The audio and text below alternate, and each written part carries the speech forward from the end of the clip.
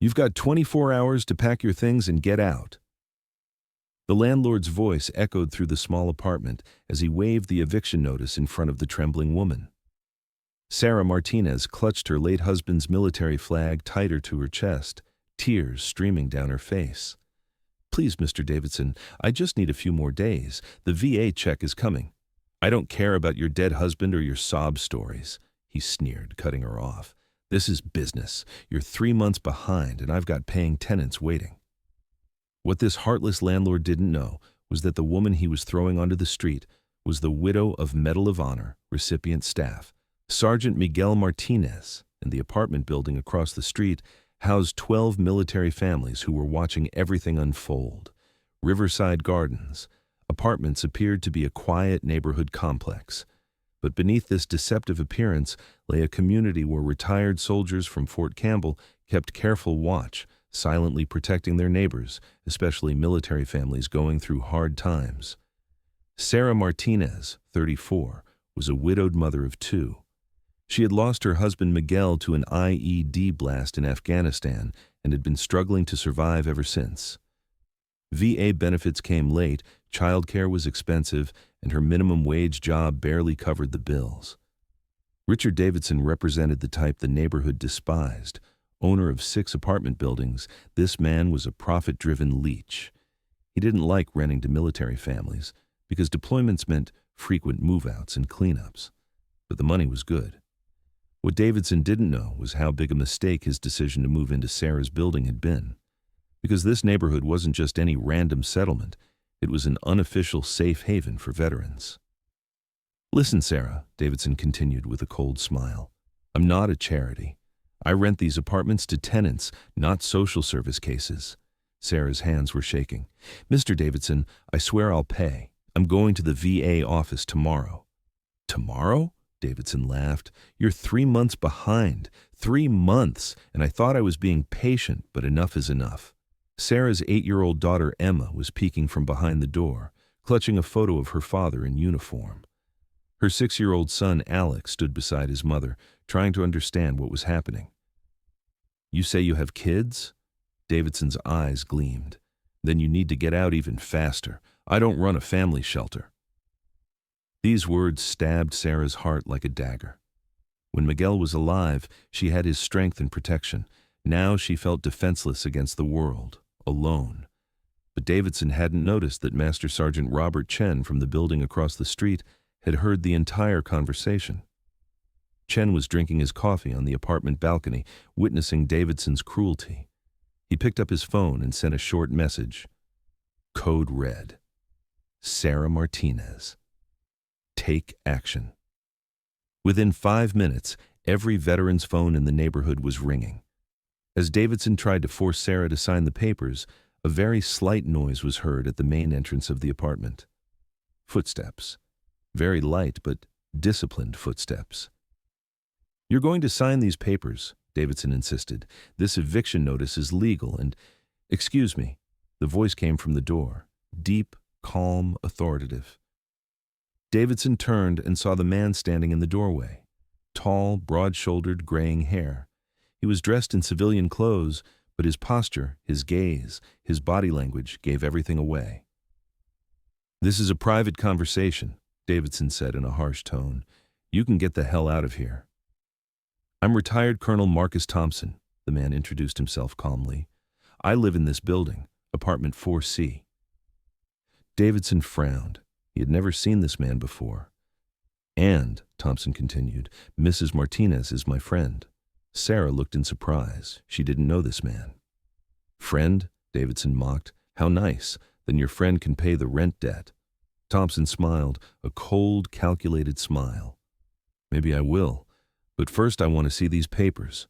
Davidson started to object, but Thompson's commanding personality silenced him. He examined the papers, reading them carefully. "Interesting," he said finally. "There are some legal problems with this eviction notice." "What problems?" "No 30-day notice period given. Invalid under Virginia state law." Davidson's face reddened. "You're talking nonsense." "I'm not a lawyer," Thompson replied calmly, "but I have 20 years of experience in military law, and these papers are not legal." Meanwhile, outside the apartment, something unnoticed was happening.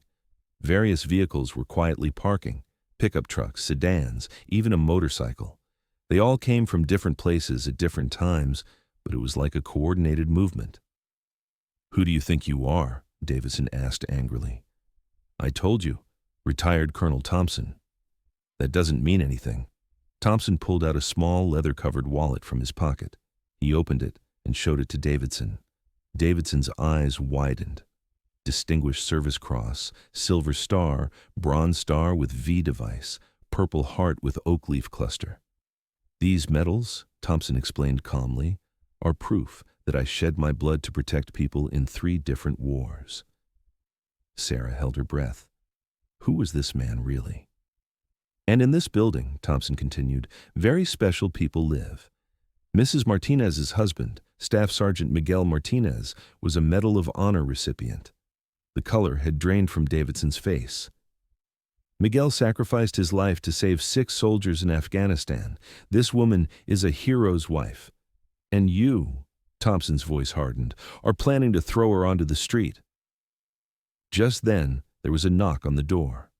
Then again. And again. Thompson opened the door, and before Sarah's astonished eyes, men began entering one by one. First came Sergeant Major Williams, then Captain Rodriguez, then Master Sergeant Chen. Each was dressed in civilian clothes, but their military bearing, respectful gestures, and the respect they showed, Thompson clearly indicated who they were. "Sir," Sergeant Major Williams saluted respectfully. "Situation report?" "Mr. Davidson here is trying to evict Mrs. Martinez from her home," Thompson explained. Every veteran in the room turned their eyes to Davidson. The pressure he felt on him was like physical weight. "Understood," Williams nodded. Then he turned to Sarah. "Mrs. Martinez, was your husband's name Miguel?" Sarah nodded tremblingly. "I knew Miguel Martinez," Williams continued. "We served together at FOB Chapman. He was a good soldier, an even better man." Captain Rodriguez stepped forward. "Mrs. Martinez, Miguel saved my life." Sarah looked in surprise. 2019, Helmand Province. We were on patrol. IED exploded. I was trapped under debris. Miguel pulled me out. Disregarding his own safety, he carried me to safety under enemy fire. Master Sergeant Chen continued. "Miguel was my brother. Not just in military service, but truly my brother. And I cannot allow my brother's widow to be treated this way." At this point, Davidson looked genuinely frightened, but the real shock was yet to come. Thompson spoke again. "Mr. Davidson, I want to give you some information. 12 families live in this apartment building. 10 of them are military families, and we," he pointed to the men around him, "represent 75 veterans living in this neighborhood." Sarah's jaw dropped. 75 veterans? "This neighborhood," Thompson continued, "is an unofficial safe zone for soldiers retired from Fort Campbell. We protect each other, we take care of each other, and especially the families of our fallen brothers." Davidson's phone rang. He looked, didn't recognize the number, but he answered. "Hello? Mr. Davidson? This is Sheriff Johnson, County Sheriff. I'm getting a lot of complaints about Riverside Gardens. I wonder if we could have a talk." Davidson's face went pale. I'm not breaking any laws. There are issues we need to discuss for now. Could you come to my office tomorrow morning?" When he hung up, everyone in the room was looking at him. Thompson smiled. "Information?" "There are 2 retired deputy sheriffs in this neighborhood, and a retired judge, and they knew Miguel too." Master Sergeant Chen stepped forward. "Mr. Davidson, maybe this information will interest you. I own a construction company downtown. I talked to my contractor friends, and we will no longer do any work in your buildings." Captain Rodriguez added, "I'm a real estate agent. Specializing in serving military families, I'll keep my clients away from your buildings." Sergeant Major Williams, "I'm the manager of a large electronics store locally, and our veteran community will no longer do business with you." As Davidson collapsed, Thompson delivered the final blow. "Mr. Davidson, treating a war widow this way is not just immoral. It's stupid in this neighborhood, because every veteran, Every spouse, every child living here owes someone like Miguel. Davidson's hands were shaking. I, I was just doing business. No, Thompson replied in a calm but stern voice. You were crushing a person. You were trying to throw a hero's wife onto the street. Sarah was crying quietly during this time, but this time not from sadness, but from gratitude. Mrs. Martinez, Thompson turned to her. How much is your rent debt? $3,000, Sarah answered slowly. Thompson pulled out his checkbook from his pocket. He wrote a check and gave it to Sarah. This covers your rent debt, he said, and additionally 6 months in advance. Sarah's eyes overflowed. I can't accept this.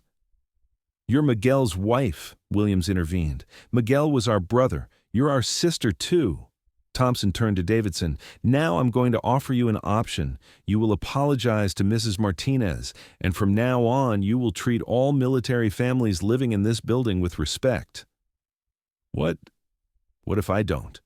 Thompson smiled. Then you'll see the full power of this community.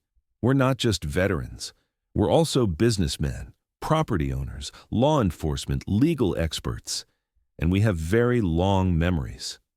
Davidson swallowed. What do I need to do? First, an apology, Thompson said calmly. Davidson turned to Sarah. There was something in his eyes he hadn't seen in decades, genuine remorse.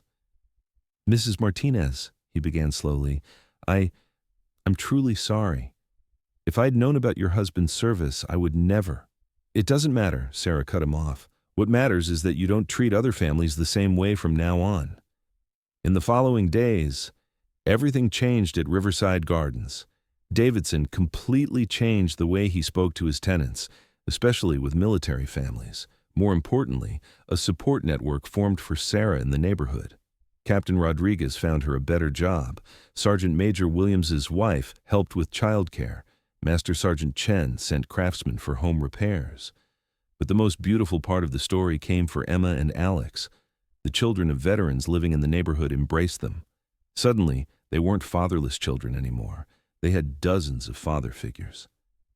6 months later, Sarah's life had completely changed. She had been promoted at her new job. Her children were successful at school. And most importantly, she was no longer alone. On the anniversary of Miguel's death, the entire neighborhood came together at a Memorial Day ceremony. A small park plaque was erected. Staff Sergeant Miguel Martinez Memorial Garden. Thompson spoke during the ceremony. Miguel left us before, but he left us a legacy. This legacy is to take care of each other, to protect each other. Because family is not formed only by blood ties, it's also formed by bonds of honor, duty, and respect.